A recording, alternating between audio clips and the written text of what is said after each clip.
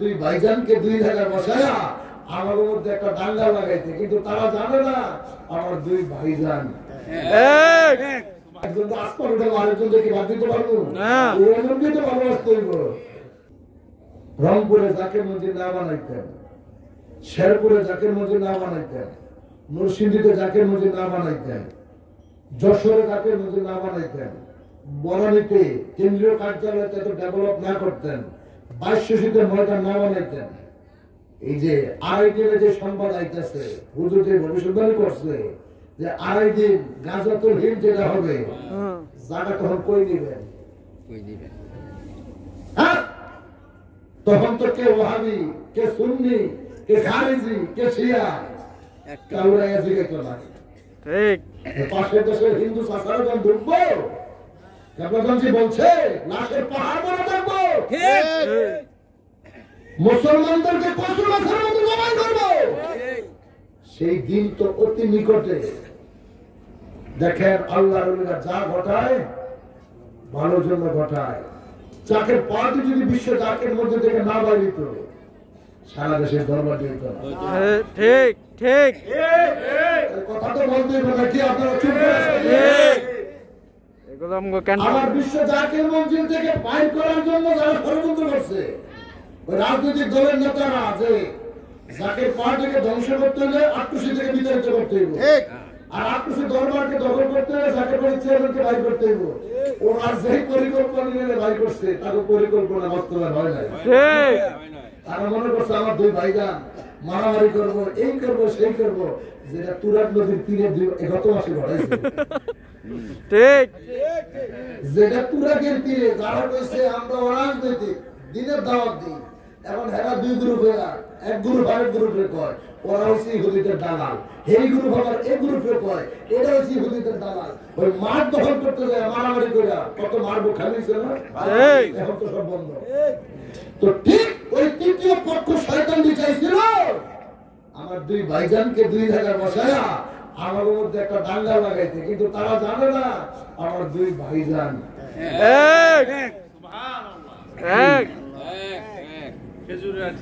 আমরা কি একবার আরেকবার মাথায় বাড়ি দিতে পারবো না?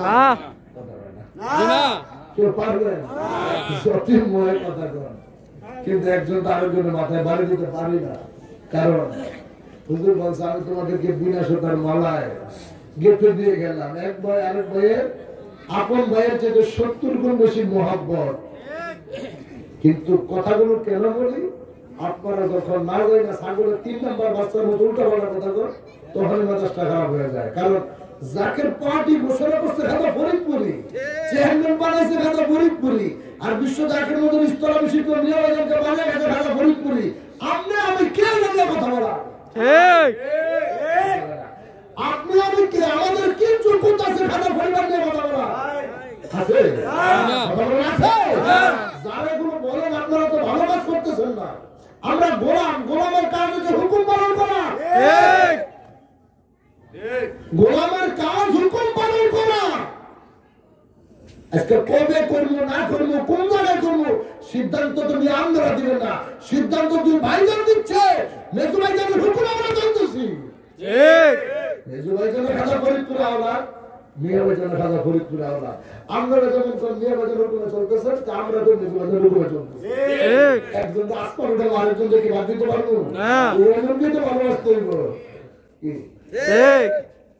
উভয়জনকে তো ভালোবাসতে হইব। আমরা তো একজনকে ছাইড়া দিতে পারবো না। আমাদের একটা ছোট্ট মিলাদের মুনাজাত থেকেও আমার মিয়া ভাইজান বাদ করে না। কিন্তু আপনাদের কি প্রবণতা আমরা অনেক দেখছি। মঞ্চ এটা নাম দাও না ঠিক মতো। দুশ্মনী মেজু ভাইজানের সাথে হচ্ছে না, দুশ্মনী হচ্ছে খাতা ফরিদপুরের সাথে। একদিন বুঝবেন ভাই, কারণ ইমাম কিন্তু মেজু ভাইজান, হুজুর তাকে ইমাম বানিয়ে গেছে, পার্টির চেয়ারম্যান হুজুর বানাইছে। তার হুকুমে তিনি যদি আজকে না বাইর হইতো, সারা দেশের দরবারগুলো হইতো না।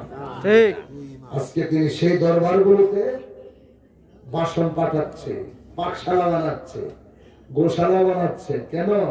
ওই যে হুজুর বলছে এমন একটা দিন আসবে এই দেশের মানুষ বিপদের বাড়ির চোটে এক লোকমা তবর খাওয়ার জন্য হলো যাকে পার্টির পতাকার তলে আসবে আসবে